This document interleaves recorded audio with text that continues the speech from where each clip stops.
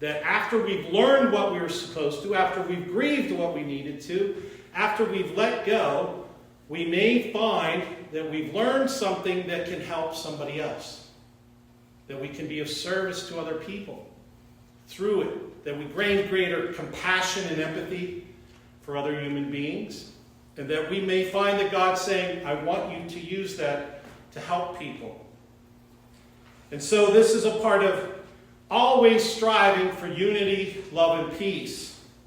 And we look back to our Bible stories to inspire us. And how people throughout the ages, for thousands and thousands of years, have struggled just like we do. And have found greater purpose. So that's the story of Naomi and Ruth. And there was a famine in the land, and there was no food, and there was no hope, and there was no life, and there was no sense of God's presence. They had lost a loved one. So Ruth was Naomi's daughter-in-law, and Naomi's husband had died. And Ruth's husband had died. And then not only did they lose their husbands, but that meant that they lost their homes. So they had to leave their home and go back home. Go back to mom's house. And who wants to go back to mom's house? Not that way. Maybe for Thanksgiving.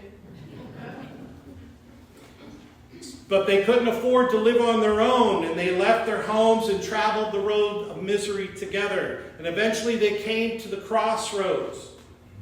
And Naomi told Ruth and her other daughter-in-law, Oprah Winfrey, to go back home and live with her mama. And this is their story of struggling. But this is not a story of a mother-in-law who was causing suffering at home, but that she was the agent of gratitude. And we can rightly assume that Naomi was suffering because she had lost her husband and her home. She was poor and lonely. She'd been struggling to get by and to move forward. She was struggling to let go of her pain and sorrow.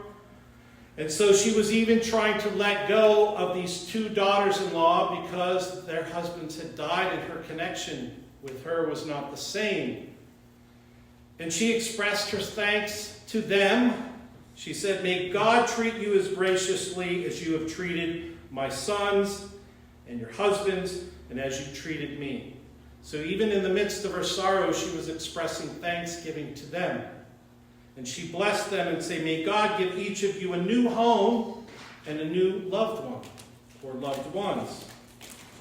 And so they were at the crossroads and they were struggling to deal with their pain and suffering and to let go and to try and enter into this new season in their lives. And they didn't want to let go, but they had to survive. And so we know that Oprah did leave them, and she went back to her talk show. And she was giving out gifts of, you get gratitude, you get gratitude, you get gratitude, and you get nothing in like it. Just kidding.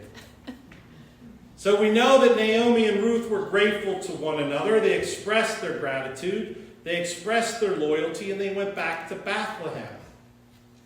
But we know that Naomi's gratitude did not extend to God. She was angry with God. She was bitter. And she was having trouble accepting that the Lord let it happen, like many of us do. Is anyone out there bitter? Is anyone angry at God? It's okay. God can handle it. It's important for us to express that bitterness and that anger, or else it will just cause havoc within our soul, sometimes when we don't even realize it. So we are encouraged to confess it and then to act gratefully, even if it's hard for us. That we're supposed to do what we need to move on. And this, like I said before, can help us to find our purpose or to get in touch with it. Sometimes we need to embrace, once again, our calling. You all have a calling upon your life.